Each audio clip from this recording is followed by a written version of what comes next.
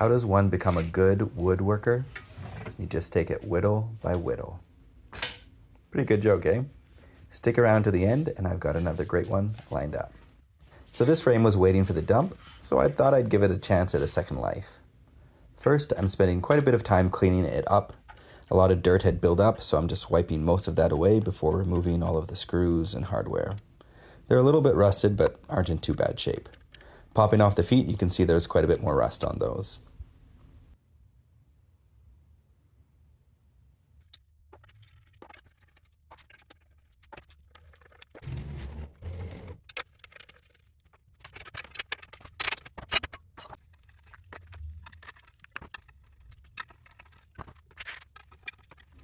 Overall, disassembly went pretty smoothly.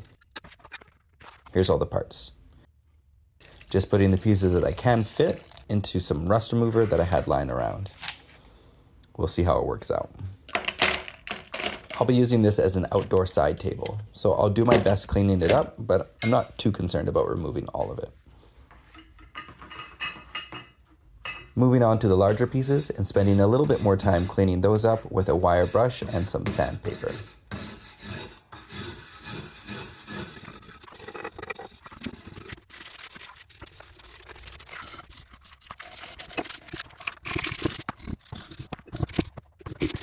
Once that's done, just give them another bit of a cleanup with some soapy water, and now let's check in on those smaller bits. The screws and washers cleaned up really well, but those feet definitely need a little bit more work, so I'll spend some time scraping off any rust that I can.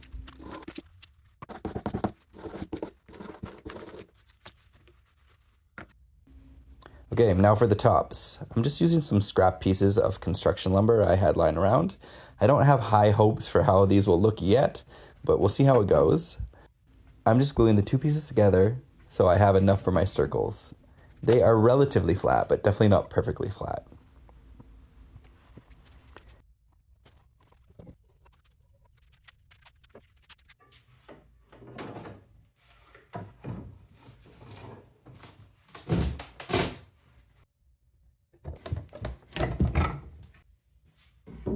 Now tracing up the circle that I'll need and bringing it over to the bandsaw. This is just to get as close to my line as possible and remove as much waste as I can. You definitely can do that with a jigsaw as well though. Next up, I'm making myself a little circle cutting jig for my router. It's pretty simple. I should probably make a bit of a nicer one eventually, but this works for now.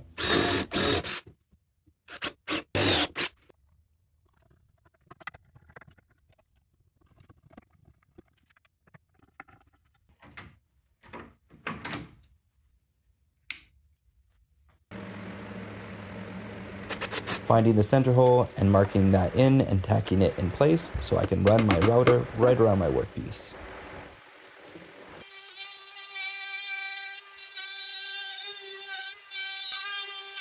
Now you could just keep lowering it if your bit's big enough, or flip it around and keep going that way, but I chose to grab a bit with a guide bearing on it just to finish off the cut.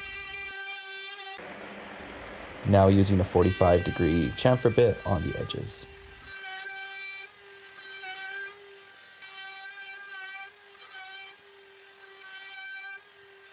All right, making progress.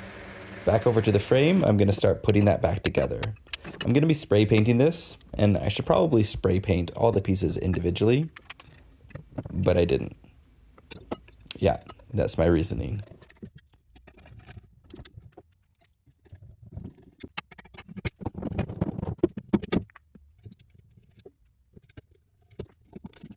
I'm putting on little bits of tape here, just on the screws so that I don't gum those up with paint.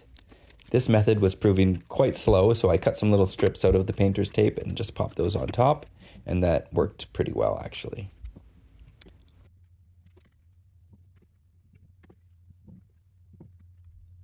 Okay, now over to my world-class spray booth. Pretty impressive, isn't it? I'm just using black spray paint on this, making sure that I'm getting good coverage.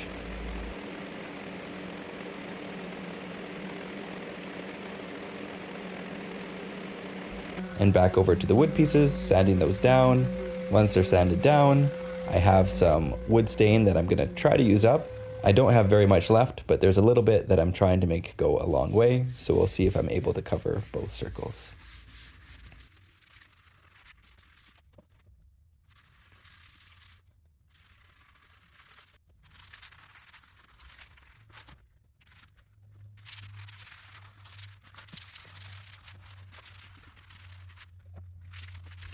Since this is an outdoor piece, I'm just using my own homemade outdoor sealer.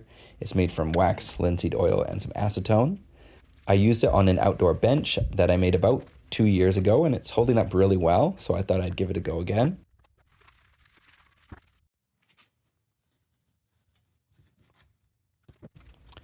Now we're removing all those bits of tape and spending some time centering the top and securing it into place, and same for the bottom piece.